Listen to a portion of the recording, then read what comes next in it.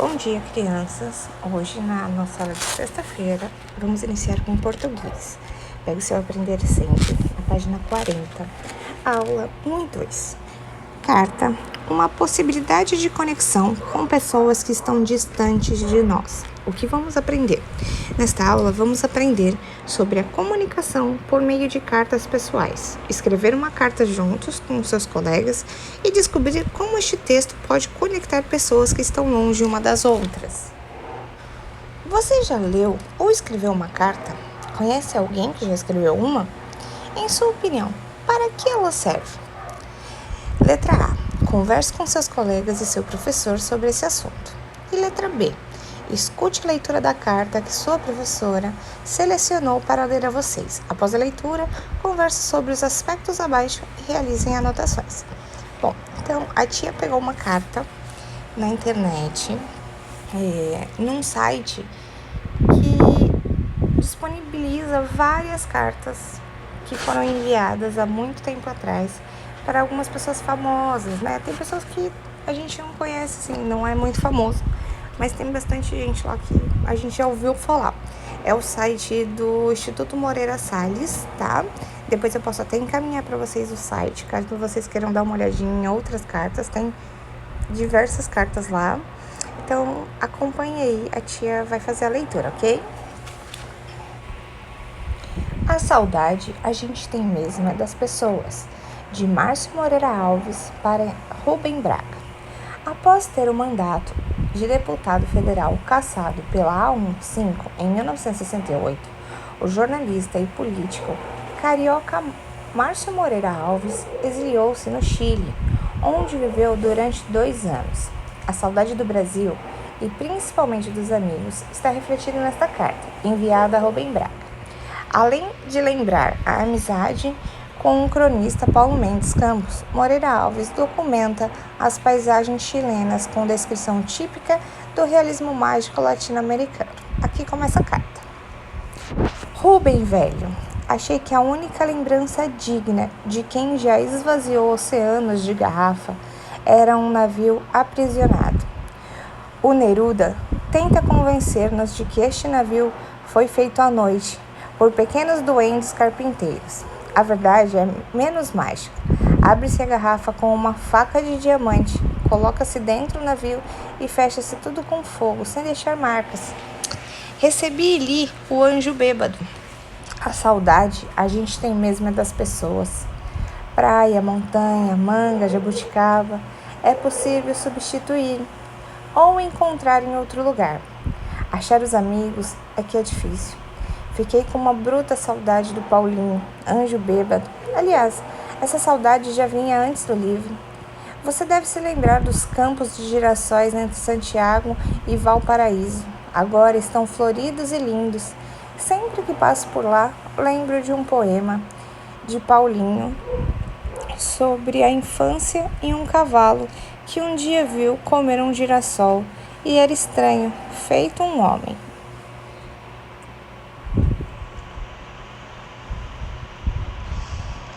Fora os barcos e os girassóis, ando trabalhando paca, mas completamente fora do roteiro que havia previsto inicialmente. São artigos para revistas europeias e americanas, organização de uma porção de coisas da pátria amada, recepção de gente, a casa é uma verdadeira pensão, o que é bom. E a continuação dos estudos sobre a América Latina, que é um mar insuspeitado. Por falar nisso, as histórias da fama e cronoscópios do Cortázar estão traduzidas. É uma coleção de joias. Há umas instruções para dar corda em relógio, para subir escadas e para se apropriar de velórios que são maravilhosos.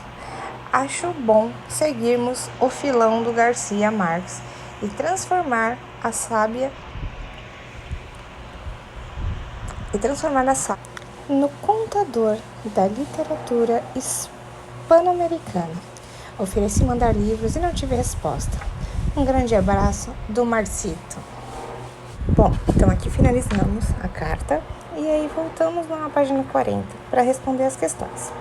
Como o escritor da carta inicia o seu texto? Então, voltem lá no vídeo e veja como inicia esse texto. Para quem escreve e em qual parte da carta isso fica evidente, onde que fica bem claro para quem ele está escrevendo. Quais assuntos são tratados em sua carta? Sobre o que ele fala, gente? Como o escritor se despede e como ele assina. Então, lá no finalzinho tem a despedida e embaixo como ele fala o nome dele. É isso que vocês têm que colocar, ok? Agora vamos para a página 41. Atividade 2. Após a conversa com seus colegas, leia a matéria que apresenta uma experiência emocionante de escritas de carta. Refugiados da Segunda Guerra enviam cartas tocantes e de esperança para crianças refugiadas de hoje, separados por um mundo de distância, mas unidos por uma experiência em comum. É o que acontece entre refugiados da Segunda Guerra Mundial que vivem hoje nos Estados Unidos e crianças sírias que estão atualmente refugiadas em países vizinhos. Agora, a iniciativa de uma ONG promete fazer com que estes caminhos se cruzem. O grupo humanitário CARI foi criado como uma instituição de caridade para ajudar os refugiados da Segunda Guerra Mundial. Em 1945, recentemente, os integrantes da instituição perceberam que a experiência passada por aqueles que eles haviam ajudado anteriormente poderia ser compartilhada com as crianças e adolescentes que vivem numa situação similar devido aos conflitos da Síria. Assim nasceu o projeto Letters of Hope, Cartas de Esperança, em tradução livre, que conectou esses dois mundos através de cartas enviadas junto a presentes simbólicos aos refugiados como uma maneira de lembrá-los que ainda existe esperança. Algumas das histórias são incrivelmente similares com a do médico Joy Winnick, acho que é isso, gente, que escreveu para o Chad, um menino de 12 anos que sonha em estudar medicina. Confira só algumas histórias emocionantes por trás dessas cartas. Nascido na Prússia e refugiado em Chicago, nos Estados Unidos, desde a Segunda Guerra Mundial, Gunther Nietzsche tem 72 anos e escreveu uma carta contando a sua experiência ao menino sírio Zair, de apenas 8 anos. Um dos trechos da carta diz: "Não importa o quão ruins as coisas possam parecer, há boas pessoas no mundo que podem fazer tudo melhor. Nunca é fácil deixar a própria terra", diz a carta de Helga Kichel, que teve que sair de Berlim para se refugiar na Bavária aos 16 anos. Outro trecho aconselha: "Sempre lembre-se dos bons tempos e aguarde pelo que o futuro poderá trazer.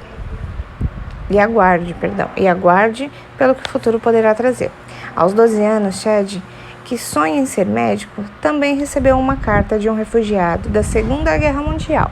Agora pode parecer que você nunca chegará à escola para se tornar um médico, mas continue trabalhando nisso e as coisas podem acontecer. Eu sei porque me tornei médico", escreveu Joy Winnick aos 67 anos. O projeto permite que qualquer pessoa envie uma mensagem aos refugiados sírios. As mensagens escolhidas serão traduzidas para o árabe e enviadas para as crianças refugiadas. Agora, discuta com seu professor as questões abaixo. Você já ouviu falar sobre pessoas refugiadas? Conhece alguma? O que sabe sobre a situação dos refugiados?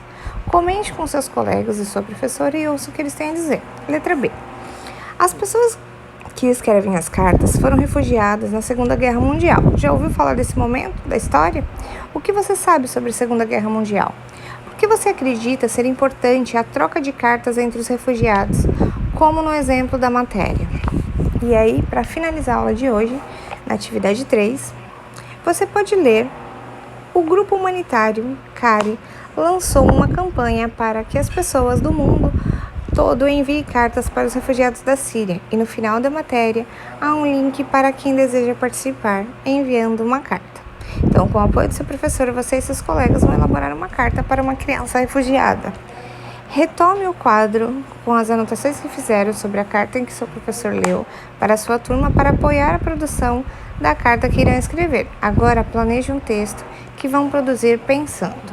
Então, essas duas questões vocês vão pensar hoje, nesse momento, e futuramente faremos essa escrita. Então, para quem vamos escrever? E em qual espaço minha carta circulará? Então, analisem as questões anteriores e produzam, respondam a essas questões. Beijos, ótimo final de semana e até semana que vem.